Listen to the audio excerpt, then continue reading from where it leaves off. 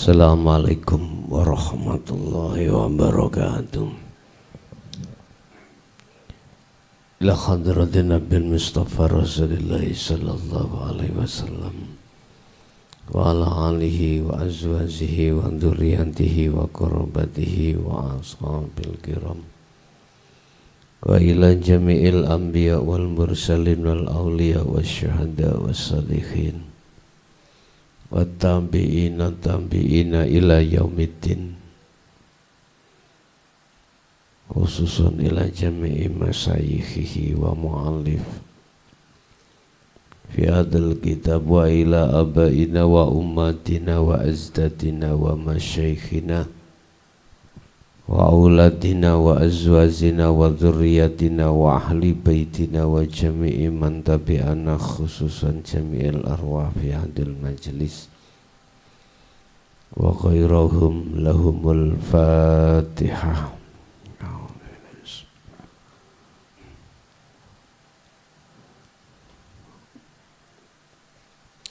Bismillahirrahmanirrahim. Alhamdulillahi rabbil alamin wa bihi nasta'inu ala umurid dunya waddin. Asyhadu an la ilaha illallah wa asyhadu anna Muhammadan abduhu wa rasuluh.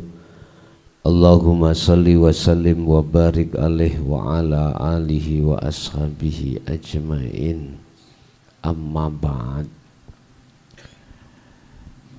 An Abi Abdillahi An-Nu'man bin Bashirin radhiyallahu anhu maqal sami'tu Rasulullah sallallahu alaihi wasallam yaqul. Hadis dan ceritaake sake Abdillah. Beliau mendengarkan Rasulullah bersabda. Rawine iki Bukhari Muslim. Beliau mendengarkan Rasulullah bersabda, isini sabdani innal halala bayyinun. Sak temene perkara sing halal iku jelas. Wa innal harama ya bayyinun. Sesungguhnya perkara yang haram iku jelas. Wa bainahuma, dan diantara dua perkara yaitu halal haram iku umurus subhati, adanya subhat, hukum subhat. Hukum subhat iku hukum mamang, halal apa enggak iku jenenge subhat. Nemu duit nak pinggir rembong, dompet, ngomong syariat, subhat iku antara halal dan haram. Mamang ngono kuwi gak usah dipundhut, ditedo, gak usah. Nek dipundhuti gak apa-apa, tapi kudu diserahno al-qadhi, diserahno hakim, apa diserahno baitul mal. Lah hakim nggih doyan ae, terus ya apa?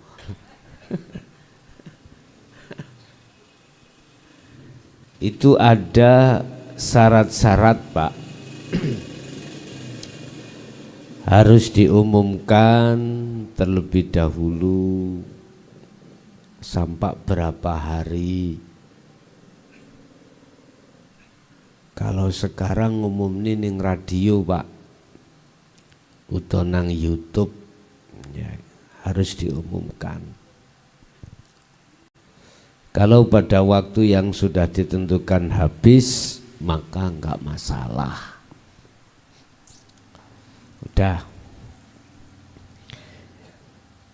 Cara bahasa makanan, hewan-hewan mana yang disubhatkan kan jelas.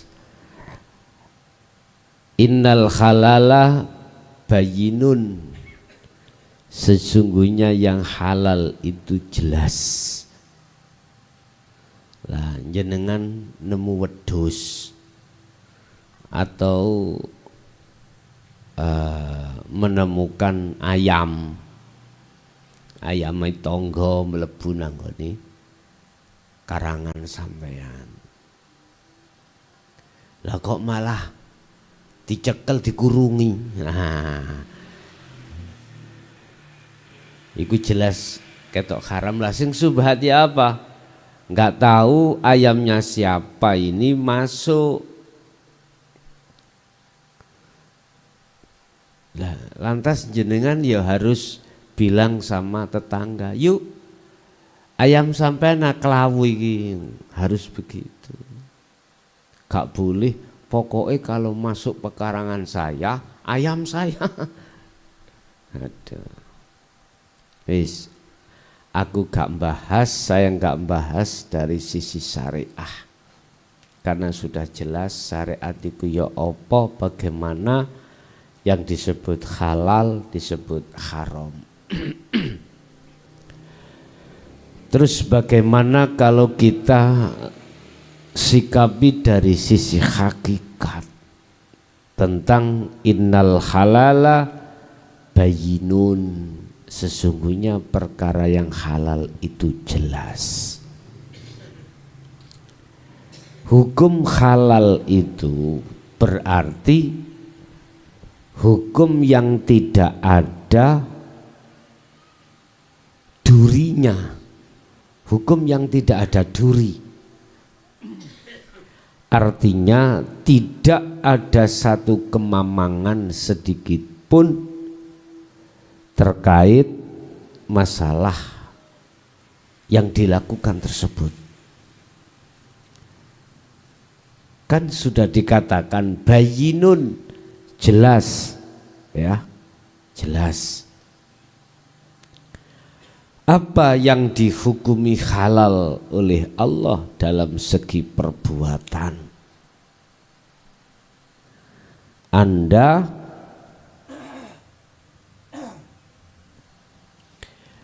harus condong ruhaniyah itu iman hanya pada Allah atas segala hal apapun. Ini jelas. Kalau di mata Allah, Allah piyambak, Allah sendiri dengan sifat jaiznya, maka jelas tidak ada hukum satupun yang menghalang-halangi beliau atas sifat jaiznya. Kadang-kadang ada halal buat si A, belum tentu halal buat si B. Belum tentu. Artinya apa? Perbuatan yang dilakukan satu hamba si A itu oleh karena si A ini tadi sudah kefanaan atas diri kehambaannya, maka halal di mata si A itu. Contoh, si A melakukan sholat, si A melakukan zakat, puasa, haji dan lain sebagainya, segala hal amal apapun, dikatakan boleh, dikatakan halal di mata Allah karena perbuatan yang terjadi pada si A, ruhaniyahnya si A itu condong makrifat pada Allah. Ini condong makrifat pada Allah. Inilah perbuatan apapun, baik yang didengar maupun yang dilihat, yang diucap ataupun yang dimakan ataupun apa saja secara kacamata hakikat. Tatkala syiah ruhaniyahnya itu duduk di tajalli Allah, maka tidak ada hukum satupun yang membatasi syiah, alias innal halala bayyinun. Lagi jelas, Allah sudah jelas. Wa innal harama ya bayyinun, sesungguhnya yang haram itu juga sudah jelas. Tidak usah qayyid, tidak usah tafsir-tafsir, gak usah. Mana? Perbuatan apapun tatkala ruhaniyah itu duduknya di takholli, ya takholli. Walaupun pandangan manusia itu bagus, seperti halnya sholat, zakat, puasa, haji, atau perbuatan apapun, tatkala ruhaniyah ini duduknya di takholli, otomatis ruhaniyah condongnya terhadap selain Allah. Lah, dikatakan haram itu tidak boleh pandangan Allah, bukan pandangan manusia.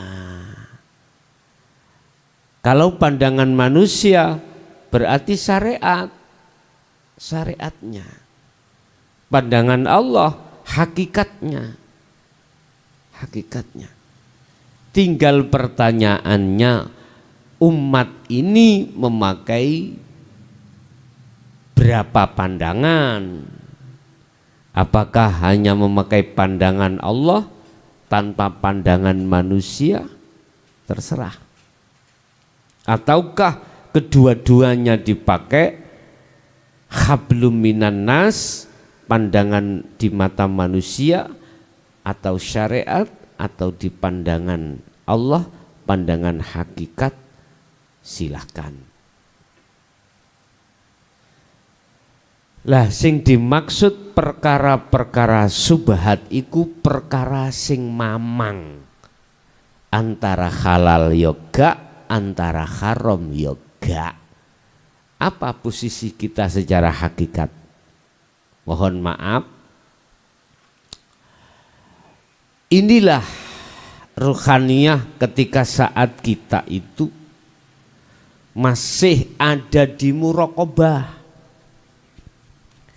Posisi masih ada di muraqabah, artinya secara akal kita yakin bahwasanya dunia dan seisinya itu adalah yang menciptakan Allah. Lewat berbagai ayat dalam Al-Quran bahwasanya seluruh apa makhluk baik di dunia, fil ardi wa ma bainahuma, fil ardi was sama, bainas sama wal ardi wa bainahuma, artinya baik makhluk yang hidup di atas bumi, ya kita ini, atau hidup makhluk yang di langit, atau hidup makhluk yang di bawah tanah, atau hidup makhluk yang di dalam air, kita sudah yakin bahwasanya semua itu yang berkuasa, yang menguasai adalah Allah. Tapi itu dalam segi kita itu ilmu. Akhirnya apa perkara duniawiyah ini, makhluk ini, sebagai bukti adanya Allah sebagai menciptakan yang menguasai. Kita masih mandang terhadap golongan-golongan makhluk. Kita jadikan sebagai ayat, kita jadikan sebagai tanda adanya Allah. Paham tentang kalau semua itu Allah. Cuman ketika praktek, lah ini Ruhaniyah tidak bisa duduk di tajalli pada Allah. Jadi di sini ada dua dimensi. Dimensi pertama dilakukan oleh ahli hijab, meyakini bahwasanya ada Allah itu ditandai dengan adanya dunia dan seisinya.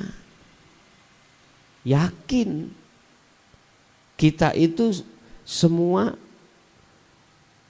dunia seisinya ini yang menciptakan Allah. Kita faham, kita yakin. Sehingga keyakinan adanya Allah itu ditandai dengan adanya dunia seisinya. Ini dimensi ahli hijab. Dimensi ahli hijab rohaniyah seperti itu. Cuman ketika saat hal itu terjadi, maka rohaniyah yang benar ini tidak bisa menemui tembus pada Allahnya, nggak bisa. Ini dimensi mamang, samar-samar, kelemun-kelemun, nggak bisa. Makanya mengapa Allah menghadapkan pelajaran dinul haq ini supaya tidak ada dimensi ahli hijab. Ada dimensi ahli syuhud yang pertama jatuh di su'aul basyirah. Di dzikir sirul asrar di pos pertama su'aul basyirah. Ketika ajaran dinul haq disampaikan, dia sudah paham bahwasanya hidup itu yang punya peran, cuman belum sampai ke musyahadah, dia masih di muraqabah. Gambaran kita di muraqabah, kita itu selalu ingat, selalu merasa bahwasanya kita selalu dimonitor Allah, selalu dilihat Allah, selalu kita itu dilayani Allah. Ini kita masih ada dua, Pak, ya. Ada dimensi subhat itu ada di sini. Bagi ahli syuhud, jatuhnya ada di zikir sirul asr di pos pertama, yaitu su'aul basirah. Hati sudah merasakan, sudah meyakini bahwasanya semua apa yang terjadi karena hidup. Cuman basirah kita belum ketemu hidup. Sudah ada iman. Ini dimensi ahli syuhud ada di situ. Tandanya ya apa? Anda nanti akan menghirup udara rohaniyah itu, tatmainul qulub, anteng. Gak gampang khawatir, gak gampang gelisah. Kalau sudah ingat, sadar semua itu yang berperan adalah Allah ketika saat itu. Nah, dimensi subhat di ahli syuhud seperti ini harus kita lanjutkan untuk masuk pada innal halala bayyinun. Sesungguhnya perkara yang halal itu jelas. Bayyinun berarti wis gak diragukan. Apa?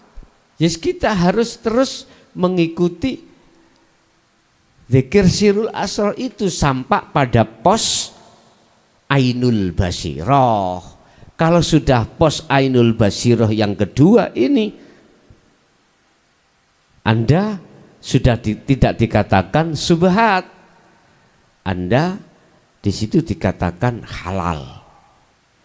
Artinya sudah ke ahad, karena diri Anda sudah tiada, ruhaniyah sudah tiada, sehingga wujudnya Allah nyata bagi dirimu sebagai bukti atas ketidakwujudnya selain hidup itu. Lah, kalau posisi ruhaniyah sudah di pos ini ainul basirah, inilah golongan ammal arifuna. Adapun orang-orang yang dikatakan orang yang sudah makrifat adalah orang yang di dalam ruhaniyahnya itu berkibar akunya Allah. Selainnya sudah tidak ada. Selainnya sudah tidak ada. Hukum apapun tidak bisa menyentuh dan menghukumi beliau ini. Karena beliau, yang kumaksud beliau itu bukan beliau si hamba. Beliau yang kumaksud adalah Allah. Apa bisa Allah kok hukumi?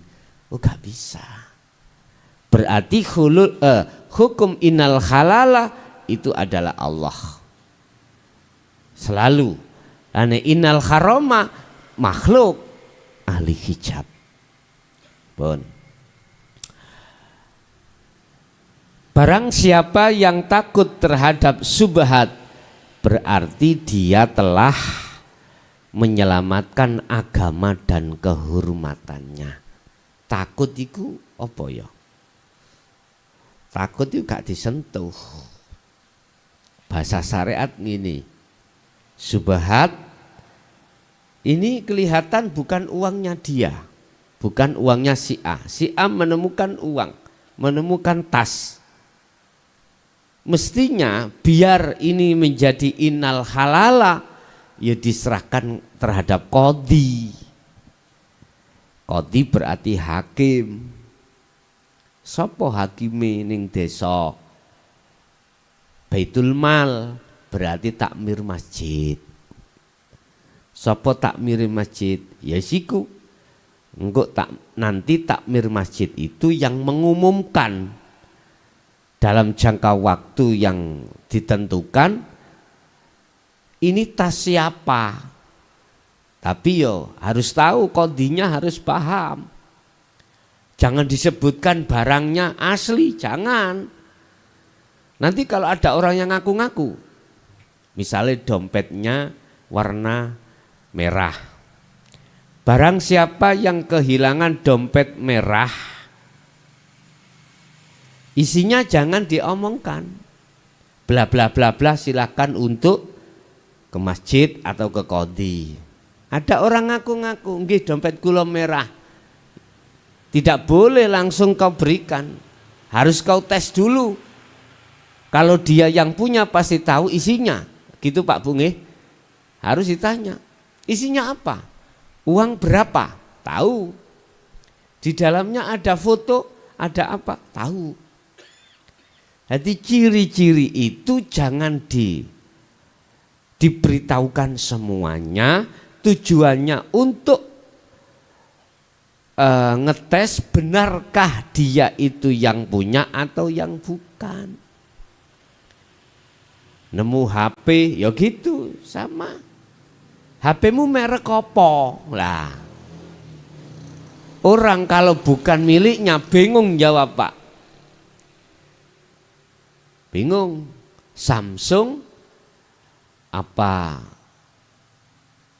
lah ini Samsung itu? Ya wis iku. Oppo atau yang lainnya dan lain sebagainya. Nanti kalau betul-betul dia yang punya, di dalamnya aplikasinya apa? Tahu. Bapak Ibu, qadhiku seperti itu. Lah qadhinya gak amanah terus bagaimana? Ya umumkan sendiri. Nemu motor nok tengah dalan, ya. Sampai 3 dino, sampai 3 hari kok gak ada yang ngambil. Nemu sampean. Nah, terus diumumkan. Begitu. Bapak Ibu, itu bahasa syariat. Artinya kita menghindar, tidak duduk di situ, kita harus melakukan protap-protap, syarat-syarat yang ada di kesubhatan itu. Wis. Kita tarik dari sisi hakikat. Barang siapa yang menjauhi perkara subhat, maka dia sama halnya menyelamatkan agama dan kehormatannya. Artinya apa? Anda lepas dari situ. Artinya ahli hijab ini dimensinya subhat atau syamar ini ya, harus dia tinggalkan untuk menuju dimensi ahli suhud.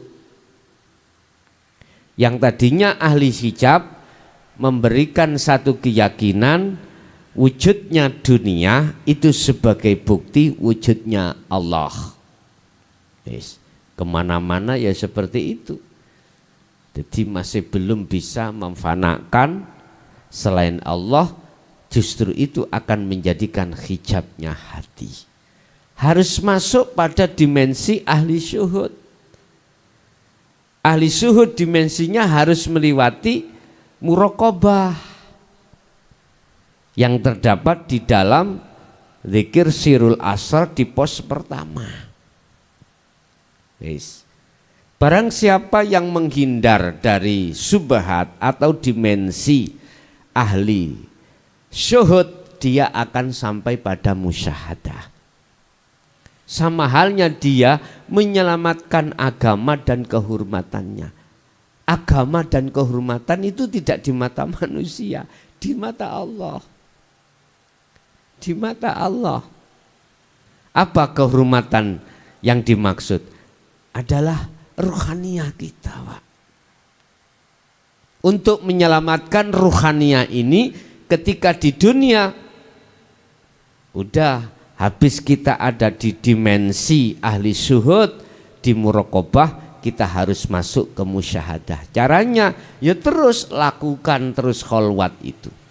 Nanti Allah sendiri yang mengeluarkan Anda dari dimensi ahli syuhud masuk ke musyahadah, dari muraqabah masuk ke musyahadah. Dan barang siapa yang terjerumus dalam perkara subhat, enak-enak di situ nggak mau keluar, maka akan terjerumus dalam perkara yang diharamkan. Lah ini loh Pak ya. Kita kalau ada di syariat suka terhadap perkara subhat, itu mesti condongnya nanti mudah ke perkara haram. Wis, dari segi apa? Makanan atau perilaku. Sama, secara hakikat juga begitu. Kita bersukaria terus di dalam muraqabah, nggak mau untuk ke musyahadah sampai kapanpun, ya kita itu tidak akan pernah bisa lepas diri, lepas dari keakuan diri. Itu bentuknya kita itu makrifat ilmu, tidak makrifat laku. Makrifat ilmu, kita paham tentang ilmu hakikat, itu disebut ahli tahqiq. Ahli tahqiq lah, tapi gak gelem mengamalkan, tidak mau praktek khalwat, ya mohon maaf. Memang enak Pak, di situ itu enak banget. Pujaan dari masyarakat, kita dikatakan ahli hakikat, gitu. Terus apalagi itu kita jadikan kebanyakan, itu dijadikan kedok pada oknum untuk mencari dunia, Pak. Itu mengatasnamakan, mohon maaf, thariqah, mengatasnamakan ajaran tauhid, tapi jebulnya itu apa?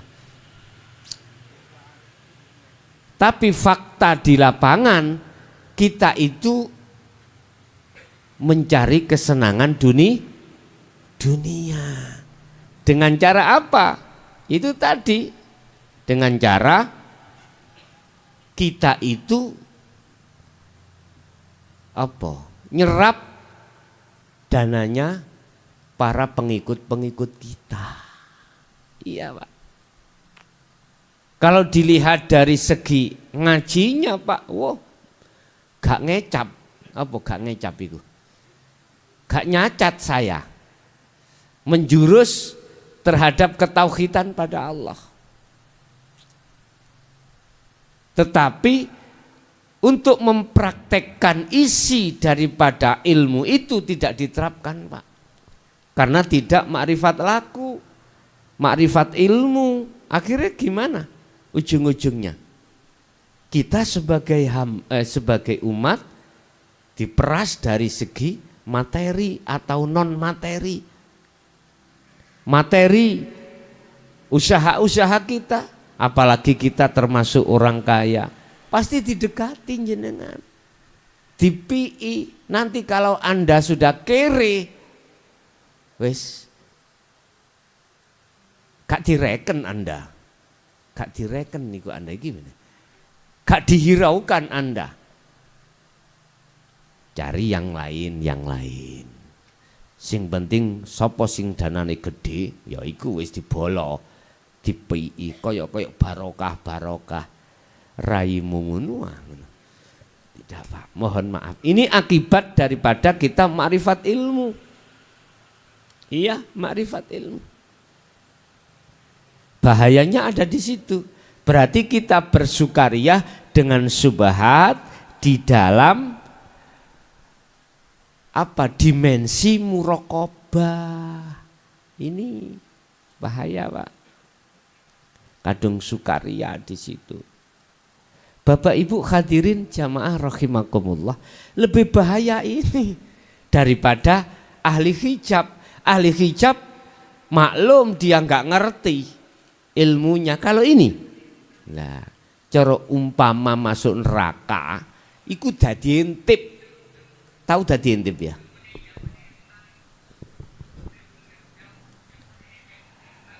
Yang paling dalam, berani mengatakan terhadap orang lain untuk menyuruh melakukan, dirinya tidak mau melakukan. Ini Bapak Ibu, banyak hal ini terjadi di tengah masyarakat, banyak.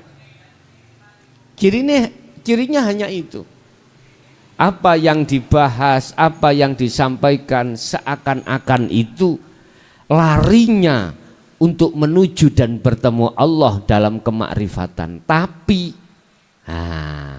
ternyata semua itu kita jadikan sebagai alasan untuk mencari materi dan non materi. Yang non materi yang mana? Penghambaan, pujaan, iki non materi. Wong aku kiai kok, wong aku ahli tahqiq kok, awakmu yo harus demek-demek. Wah gitu. Bapak Ibu hadirin, saya nasihati ya, kalau mau, kalau nggak mau terserah Anda. Tinggalkan syubhat di dalam apa? Di dalam ahli tahqiq, tinggalkan syubhat itu. Artinya muraqabah ini lanjutkan ke musyahadah. Kalau tidak, siapapun kita, mohon maaf loh Pak, apalagi kita manusia di dunia masih butuh kekayaan, masih butuh urusan dunia. Pasti kita nanti akan terpengaruh dengan silaunya hal itu. Wis siapapun akan silau, Pak. Akan silau.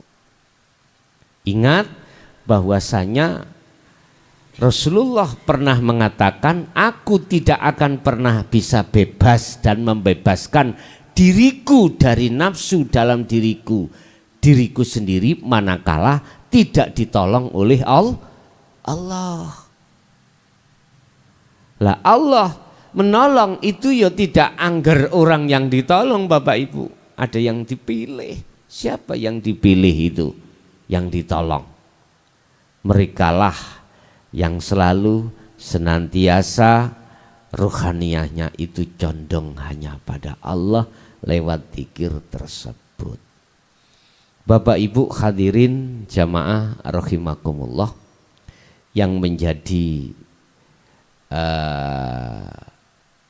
hal yang terpenting dalam hadis ini, Allah katakan, ketahuilah bahwa dalam diri ini terdapat segumpal daging. Jika dia baik, maka baiklah seluruh tubuh ini. Dan jika dia buruk, maka buruklah seluruh tubuh ini. Ketahuilah bahwa dia adalah hati. Yes.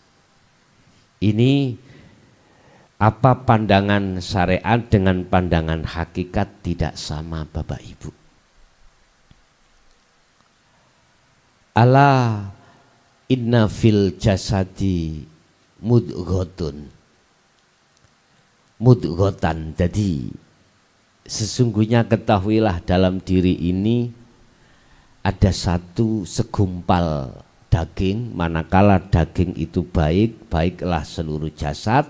Manakala segumpal daging itu buruk, maka buruklah semua jasad.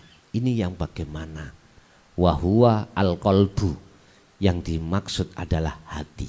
Pandangan syariat ini, yang dimaksud hati ya itu segumpal daging. Akhirnya prosesnya apa yang dimakan fisik. Kalau yang dimakan fisik ini adalah halal secara syariat, maka baguslah hati miturut pandangan manusia. Miturut pandangan manusia.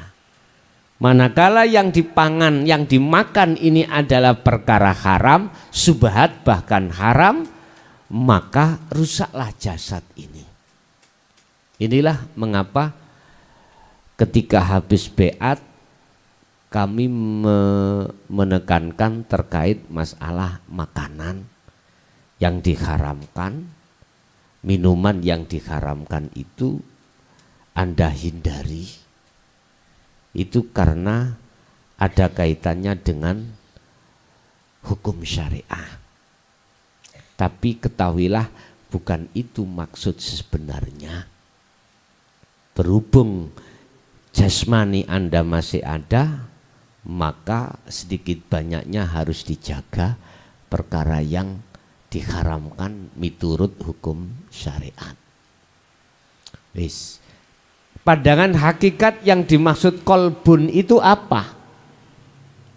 Yang dimaksud kolbun, Imam Ghazali dawuh al-kolbu ay ar-ruh. Kolbun hati itu maksudnya ruh. Apabila ruhaniyahmu itu di mata Allah baik, mohon maaf, maka jasadmu ya ikut baik. Bahasa jasad itu adalah perilaku dohiriyah, bukan jasad tangan, kaki, bukan. Perilaku yang ditimbulkan oleh jasmani. Nah ini, itu pasti baik. Baik di mata Allah maksudnya apa? Jasadmu itu melakukan segi apapun, ruhaniyahmu condong terhadap Allah, inilah yang dimaksud baik.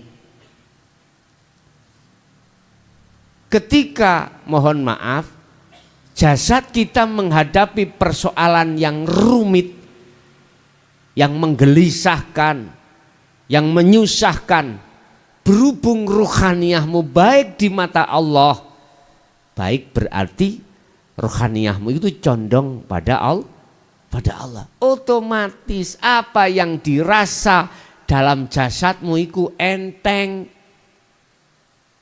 Tahu enteng? Los, nggak beban bos. Kayak lagune wong edan kalau. Ya apa iku lagune wong edan? Edan. Iku lho lagune sapa iku aku krungu. Dadi sudah nggak beban sama sekali. Nggak ada beban sama sekali. Karena Allah sudah ruhaniyahmu itu sudah condong hanya pada Allah, otomatis jasmaniahmu akan baik. Makanya jenengan pingin sehat jasmani ya, yang punya penyakit berat-berat itu ya. Nek sampai kepingin saras gampang. Terapi yo condong hatimu hanya pada Allah. Condong no terus. Caranya nyondongkan ya dikira sadaro kuwabeh persoalan itu hanya Allah dan aku Allah yang melakukan itu. Nantilah apa yang kau rasa itu dalam hatimu tidak ada rasa khawatir atau rasa gelisah, bahkan rasa takut. Ada loh Pak, orang masuk rumah sakit itu takut. Apalagi kalau di omongan ya. Kalau dikasih tahu operasi, wah wis gak iso turu Pak. Gak iso turu, nggak bisa tidur. Nggak bisa tidur. Ada orang seperti ini. Ketakutan. Bapak Ibu hadirin jamaah rahimakumullah. Idza sholahat sholahal jasadahu, sholahal jasadu kulluhu. Maksudnya apabila segumpal darah ruhaniyah itu baik di mata Allah, jasmanimu itu, perilaku jasmanimu di mata Allah mesti baik. Karena enggak ada beban. Saya coba jenengan nyun sewu lho ya. Ruhaniyah sampean iku tidak condong pada Allah. Kongon sualan cekak. Kiai, kongon sualan cekak melakukan wani ya? Enggak berani. Karena gejokan hukum syariat. Enggak salah dia munggu syariat. Tapi hakikat tidak los, gak wani Pak. Enggak berani. Tengah dalan nguyuh ngatar ditemplekno bani mobil wani, enggak berani. Lah jenengan sing wis los, ya. Sopir-sopir iki lho. Wes, kaya gak ndek dosa ae. Iya. Los karena los sudah. Los. Tapi walaupun Anda ini tadi mohon maaf gitu. Ruhaniyahmu itu baik di mata Allah, baik di mata Allah. Jasmani ki enggak ada beban, sudah enggak ada beban. Itulah maksudnya sholahal jasadu kulluhu. 1. 2. Wa idza fasadal jasadu kulluhu. Manakala segumpal darah daging itu jelek, maka jeleklah semuanya. Ya ruh itu jelek di mata Allah maksudnya.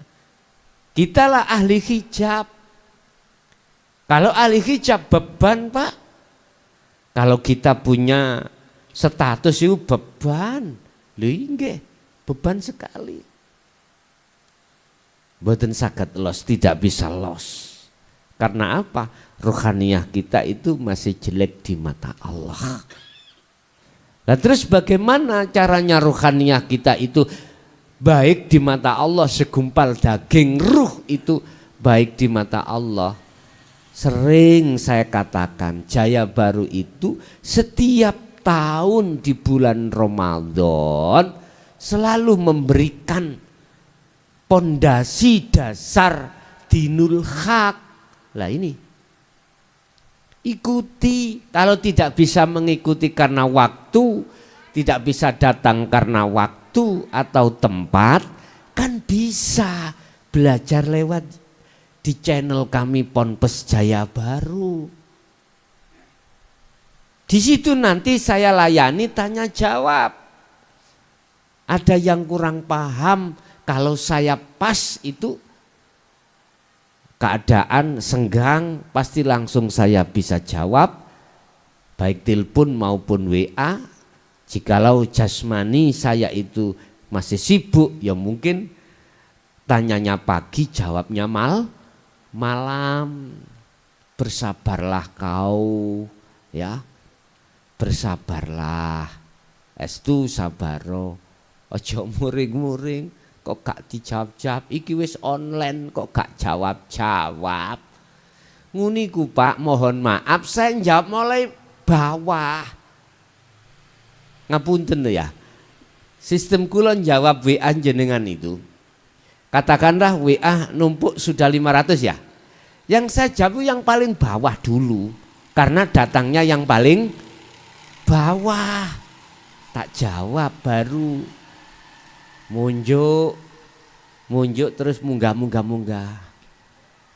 Dilihat loh ini kok wis online Gus kok gak ono jawaban. Nggih mohon maaf berarti saya jawab yang paling bawah. Kemarin saya dikasih jamaah sistem carane jawab. Masalah iku lo jawab nek keadaan online iku gak mari-mari. Online misal jawab 1 tak jawab sudah selesai 5 teko. Jadi begitulah terus. Saya dikasih tahu jamaah gini Gus, sampai nek jawab biar semua kejawab bareng offline. Jadi saya disuruh offline. Seret jawab dulu misalkan 100, habis 100 baru di online lagi. Seperti itu. Nah, ya memang makanya gak mari jawabannya. Sudah saya jawab 1 yang datang 3. Saya jawab 2 datang lagi, yes gak apa-apa. Pun tenang mawon pokoknya jenengan pokoknya Anda sabar gitu aja. Pun kesimpulan hadis ini Bapak Ibu secara hakikat jatuhnya pada ruhaniyah kita. Dikatakan halal apabila ruhaniyah kita sudah baik di mata Allah. Dikatakan haram karena ruhaniyah kita itu masih jelek di mata Allah. Gampang caranya kita itu melihat ruhaniyah kita itu jatuhnya di halal apa di haram, di baik atau di jelek di mata Allah, gampang. Ahli hijab tolong periksa hati kita masing-masing. Contoh satu saja. Anda puasa ini karena apa? Karena kewajibankah? Karena pahalakah? Karena surgakah? Karena pengampunankah? Dan atau betul-betul karena Allah? Nah, kalau selagi belum karena Allah, berarti menurut hadis ini pandangan hakikat posisi kita itu masih ada di syubhat atau bahkan di haram. Mohon maaf, jasmani kita sudah benar, tapi ruhani yang belum benar Pak. Makanya W.R. Supratman sering ngomong, sering suruh untuk mengingat setiap tahun tanggal 17 Agustus bangunlah jiwanya, ya bangunlah badannya. Oke, itu Bapak Ibu apa yang bisa kami sampaikan. Kita masuk pada ranah tanya jawab dan dialog. Monggo di majelis barangkali ada yang ditanyakan, kami persilahkan.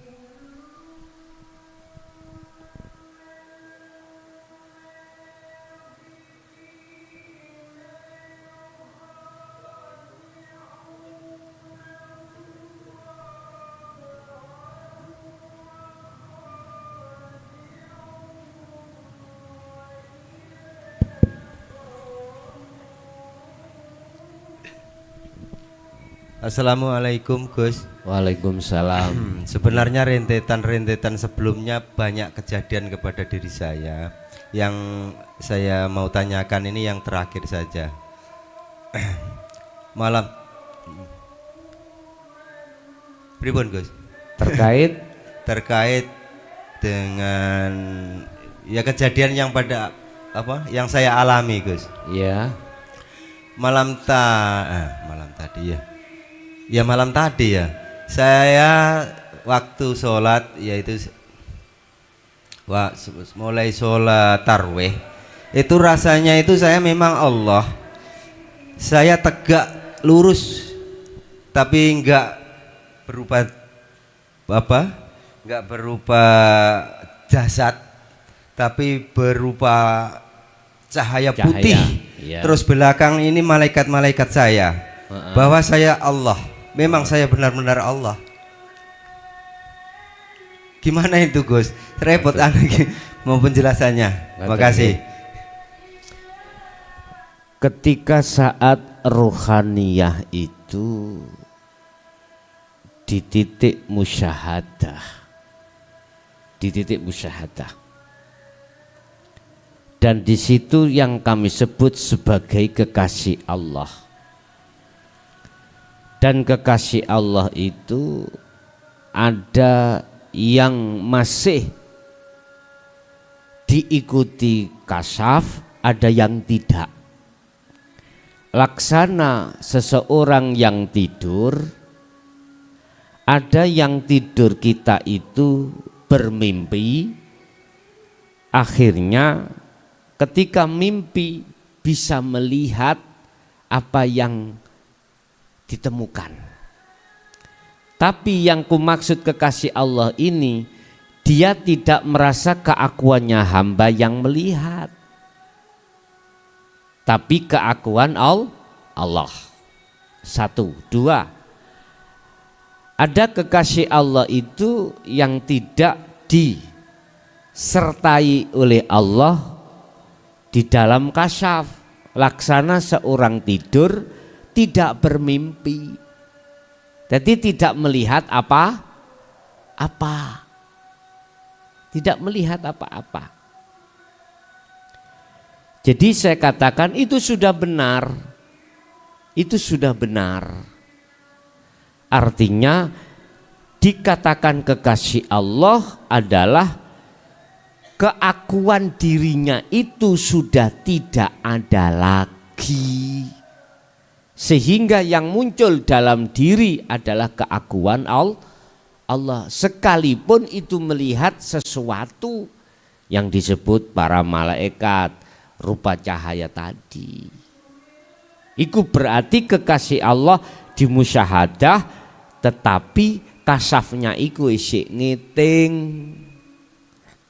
Apa ngiting itu?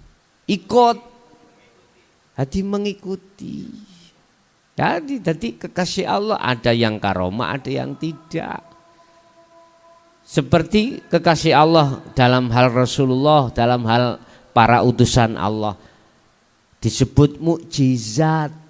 Nah, contoh Kanjeng Nabi, mukjizate pada waktu itu dirijinya, apa dirijinya itu? Jari-jarinya bisa mengeluarkan air. Kan mokhal, jari bisa keluar lagi gitu toh. Sedangkan air ini yang dibutuhkan minum para sahabat pada saat itu. Ini kasaf, ini karomah, bisa jadi seperti itu. Jadi kekasih Allah itu ada dua golongan. Kalau bicara tentang kasaf, ada yang diikuti kasaf, ada yang tidak. Ketika diikuti kasaf, contoh, beliau tahu yang akan terjadi, tahu. Kita melihatnya tahu, tapi dalam posisinya beliau itu ruhaniyah, bukan dirinya, paham nggih? Dirinya ke hambanya diri sudah dia sirna keakuan Allah. Umpama saya tanya, yang tahu tadi siapa? Mesti jawab aku Allah, bukan aku Muksin, bukan aku Allah. Itu kalau ditanya secara pribadi pasti seperti itu. Bahasa halus, taunya aku sebab dikasih Allah, tahu berarti yang tahu sebetulnya adalah Allah. Dilebokno sing mancep pisan biar jelem, ya aku Allah sing tahu, bukan aku Muksin. Paham nggih? Oke. Ada lagi? Assalamualaikum warahmatullahi wabarakatuh. Waalaikumsalam warahmatullahi wabarakatuh. Perkenalkan, saya nama Ibu Portini dari Madiun. Saya mewakili ibu-ibu yang di sini semuanya masih baru Ini bab zakat fitrah Iya. secara hakikat bagaimana. Yang kedua, untuk saya pribadi ada perdebatan sama teman, orang yang sudah hakikat katanya sudah wusul mengenai halal dan haram itu, apakah sampai memakan itu daging babi pun halal? Itu saja. Akhirus salam, wassalamualaikum warahmatullahi wabarakatuh. Waalaikumsalam warahmatullahi wabarakatuh.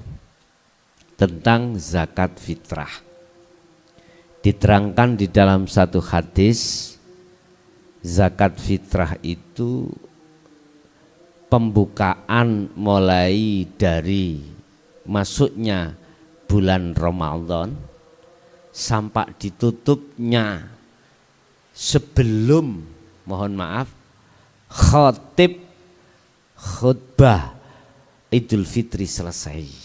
Itu batas. Berarti setelah khotib Idul Fitri itu turun, maka tidak sahlah yang namanya zakat fitrah. Artinya tidak dikatakan zakat fitrah, itu sedekah.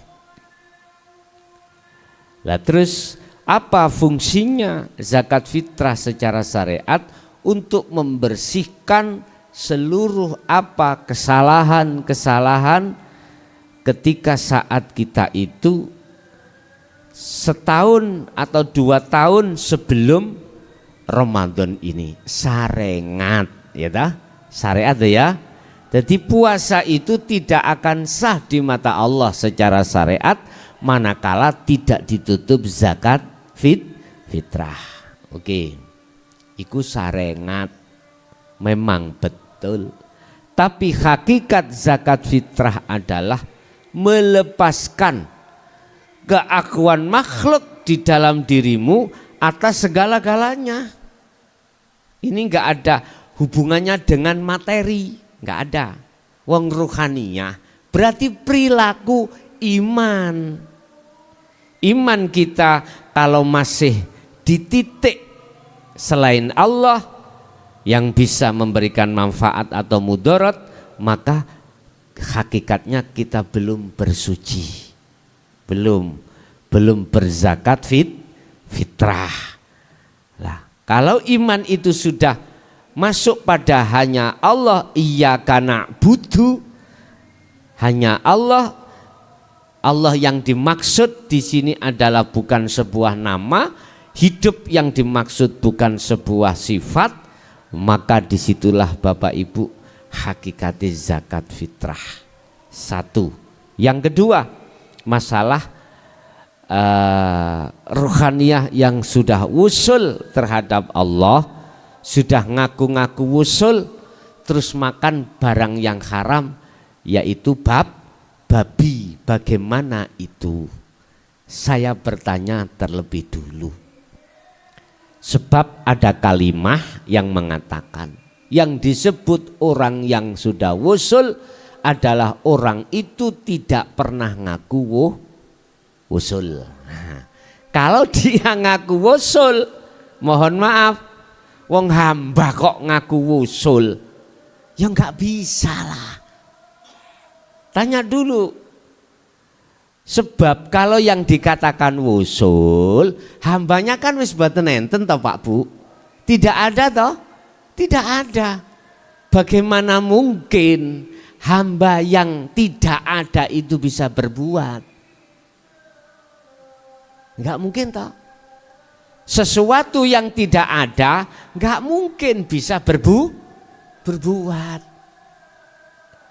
Justru yang berbuat itu sesuatu yang ada. Apa mungkin sesuatu yang tidak ada itu ngaku sudah wusul? Ya enggak mungkin lah Pak. Enggak mungkin. Makanya saya katakan, rumus mengatakan orang yang ngaku-ngaku sudah wusul berarti tanda belum wusul. Sebab orang yang betul-betul dikatakan oleh pandangan Allah sudah wusul, likok pada Allah, bagaimana dia ngaku wong dia itu tidak tidak ada. Jelas maksud kula, Bu? Jadi enggak akan bisa mungkin melakukan sesuatu wong tidak ada. Yang bisa melakukan hanyalah Allah. Lah wong nyatanya, lah kuwi ndelok nyatanya makhluk open. Ini loh persoalannya itu. Bapak Ibu hadirin jamaah rahimakumullah. Jangankan beliau itu mau makan barang haram subhaten ndak kok, karena dia sudah tidak ada. Contoh logika mawon. Kalau Anda sudah tidak ada alias mati, kasih soto mau makan? Halo? Enggak bisa. Aslinya mau kalau bisa. Tapi enggak bisa, Bu. Dikasih soto, ya enggak bisa makan. Kalau umpama bisa, tiap sore saya kirim soto terhadap makomnya Abah kula. Kilo bah kopi, kilo soto. Senengan sampan waktu di dunia dulu kan rokok jarum. Nih rokok jarum, enggak sampai nombe. Pungkasane ngono kuwi sing ngombe yo arek. Sing ngerokok ya arek. Gitu Bu. Jadi saya katakan dia tidak akan pernah melakukan hal itu karena sesungguhnya dia sudah tidak ada. Dengan dasar apa mungkin perkara yang tidak ada itu bisa melakukan sesuatu itu. Saged dipaham Bu nggih? Nggih. Mungkin ada lagi? Di majelis, monggo.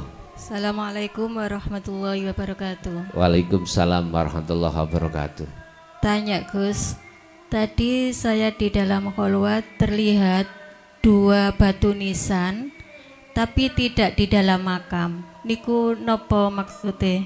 Ngoten mawon. Assalamualaikum warahmatullahi wabarakatuh. Waalaikumsalam warahmatullahi wabarakatuh. Kalau saya terjemahkan kasaf itu dalam pengertian syariat loh ya, itu 2 ya. Nggih mohon maaf, Allah memberikan signal terhadap jenengan.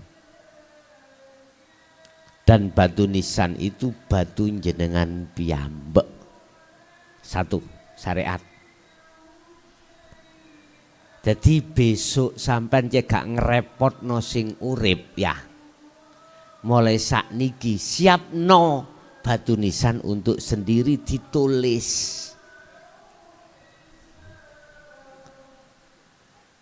Terus kuburan nek isok duduken dhewe. Loh enak toh? Loh banyak orang-orang yang menyiapkan kuburan untuk dirinya sendiri. Sudah dikeduk, sudah ada Pak, banyak Pak.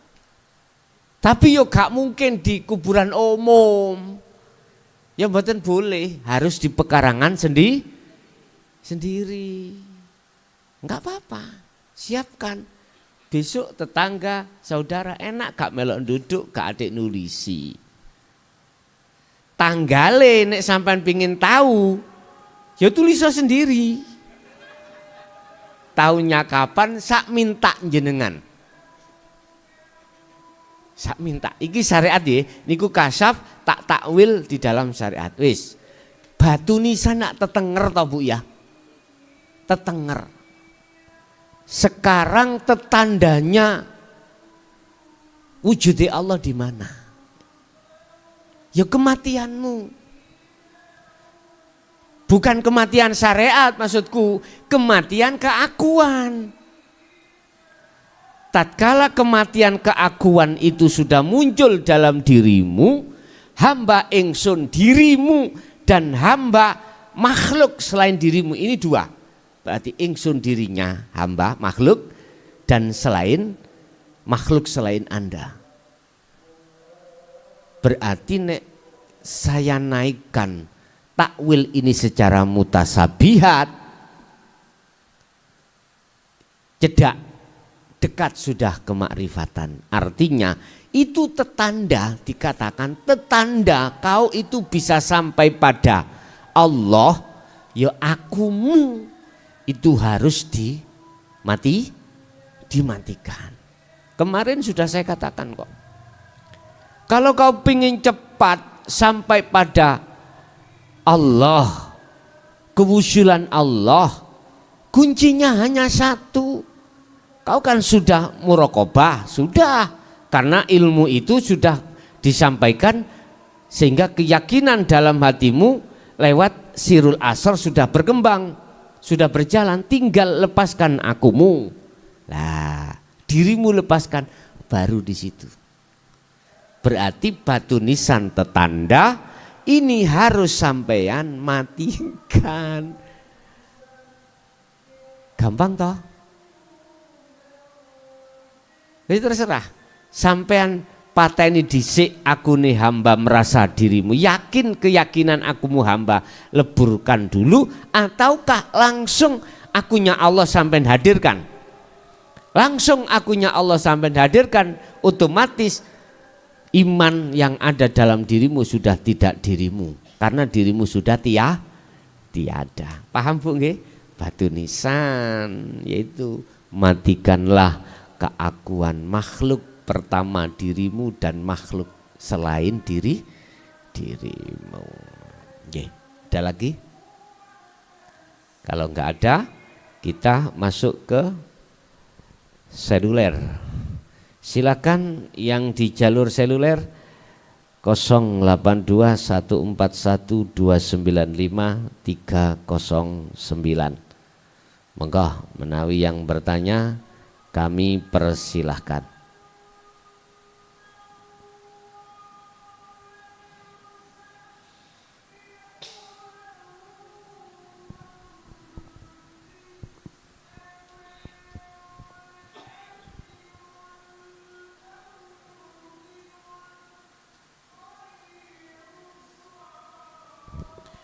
Belum ada, barangkali kita masuk kembali kepada jalur di majelis jamaah. Ada yang tanya, kami persilakan. Memang menjelang ngeten iki konco-konco sing di luar kathah sing sik kerja mungkin. Jadi monggo yang di majelis aja. Assalamualaikum warahmatullahi wabarakatuh. Waalaikumsalam warahmatullahi wabarakatuh. Mohon ditahan dulu, ini mumpung ada yang masuk. Assalamualaikum. Waalaikumsalam. Saking pundi? Saking Samarinda, Pak. Saking pundi, Bu? Saking Samarinda, Pak. Samarinda, silakan yang ditanyakan, Bu. Anu yang saya tanyakan maksudnya mematikan keadaan yang mematikan keadaan kita sebagai hamba itu penghapusan kehambaan. Nggih. Sampun Ibu? Nggih. Terus itu dah. Usul, saya kan orang baru Pak ya. Usul itu apa ya Pak? Usul itu apa? Gitu, usul itu apa? Iya, betul. Sudah Bu? Ayo, makasih Pak. Makasih Pak ya. Assalamualaikum warahmatullahi wabarakatuh. Waalaikumsalam warahmatullahi wabarakatuh. Ibu yang ada di Samarinda, apa sih usul itu? Tolong dicatat ya. Di belakang Ibu Samarinda, bisa kami terima? Assalamualaikum. Waalaikumsalam warahmatullahi. Saking pundi Bapak? Lombok. Tiang ini dari Lombok, Nusa Tenggara Barat, Bapak Sanjung Yahya. Iya, langsung yang ditanyakan Bapak. Ini tiang ikuti live-nya Gus. Jadi tiang akan tanyakan nih beberapa tentang peristiwa di Halwat. Jadi beberapa hari ini tiang Halwat. Jadi apakah di dalam Halwat itu harus kita ketemu atau bisa melihat hal-hal yang baik itu yang gaib maupun orang-orang yang tertentu yang bisa kita ketemukan gitu Gus. Itu. Jadi pertama kemarin waktu tiang halawat, jadi kok tiba-tiba tanpa saya melihat sesuatu apapun lah itu bisa ke alam yang mana, saya juga tidak tahu itu. Jadi di alam itu saya pun tidak ada dan sepi semua jelas terang semua. Dan ketika itu jasad saya ini tidur kok terlelap lah gitu. Gitu ya. Tapi setelah saya hadir atau jasad ini sadar, posisi saya keadaan sujud lah gitu. Gimana penjelasannya? Terus yang kedua, di dalam halwat ini sekarang-kadang kok saya tidur aja anunya Gus. Tapi tetap di alam yang sama, di alam yang tak ada orang, tak ada saya juga di sana. Di saat sadar pun saya dalam keadaan posisi sujud. Terus yang terakhir Gus, ini masalah kematian. Pernah saya dengar masalah kematian baik itu syariat, tarekat, hakikat dan marifat. Kematian syariat itu katanya kan kita asal ke tanah, sedangkan kematian tarekat itu kering dan kematian hakikat itu basah atau utuh dan kematian marifat itu hilang. Nah, gimana penjelasannya Gus? Terima kasih. Assalamualaikum warahmatullahi wabarakatuh. Waalaikumsalam warahmatullahi wabarakatuh. Di jalur telepon karena waktunya sudah maghrib, saya tutup. Tak jawab 3 pertanyaan. Yang pertama, ketika saat kita khalwat itu tidak harus untuk melewati maqam mukasyafah, tidak, itu urusan Allah, ya dah. Dan apa yang ada di dalamnya itu semua adalah kita kembalikan pada Allah. Kita akan bisa untuk mengembalikan pada Allah manakala kita tetap membawa dan berpegang teguh dengan tali Allah, yaitu al-dzikru bisiril asrar.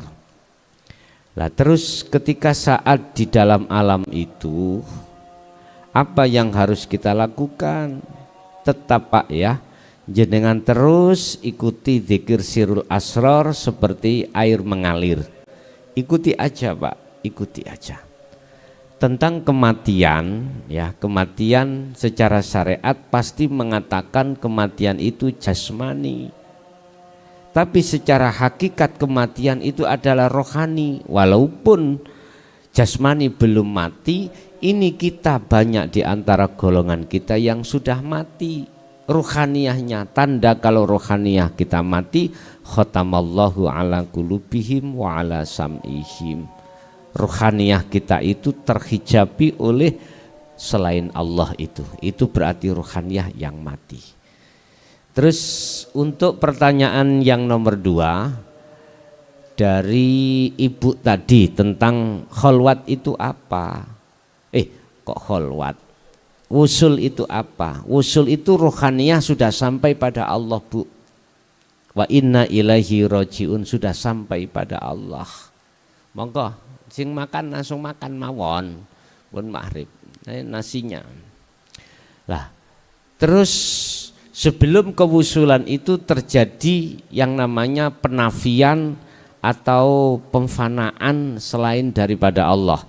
Artinya diri kita, keakuan kita yang segala-galanya tadi makhluk itu harus difanakan. Konteks dalam iman, jangan beriman kalau selain Allah yang melakukan, jangan. Kita harus menafikan iman kita yang tadinya selain Allah itu yang melakukan. Setelah itu baru muncul keakuan Allah. Inilah maksudnya Bu, yang namanya khalwat atau apa tadi pertanyaan yang kedua tadi, di samping wusul itu menafikan gini ki. Jadi jenengan jangan iman dalam hatimu, yakin kalau jenengan yang melakukan, jangan. Tanamkanlah Allahnya dalam diri jenengan yang berhak yang melakukan. Imannya sampai letakkan di situ. Barulah ini yang dikatakan jenengan itu menafikan. Terus yang terakhir, pertanyaan dari yang terakhir tadi apa?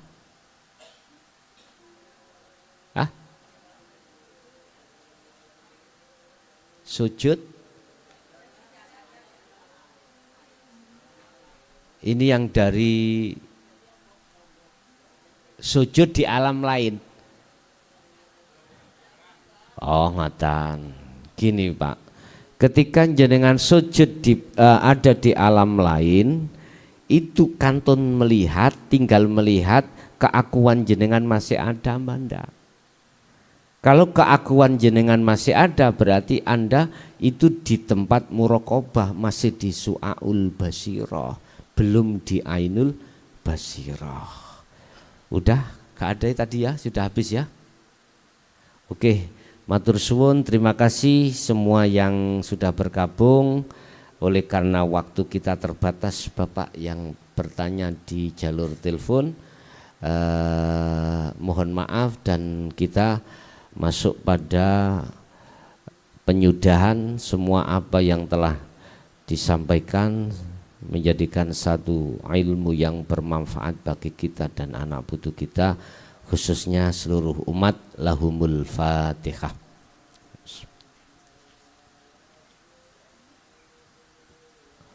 Akhirul kalam, assalamualaikum warahmatullahi wabarakatuh.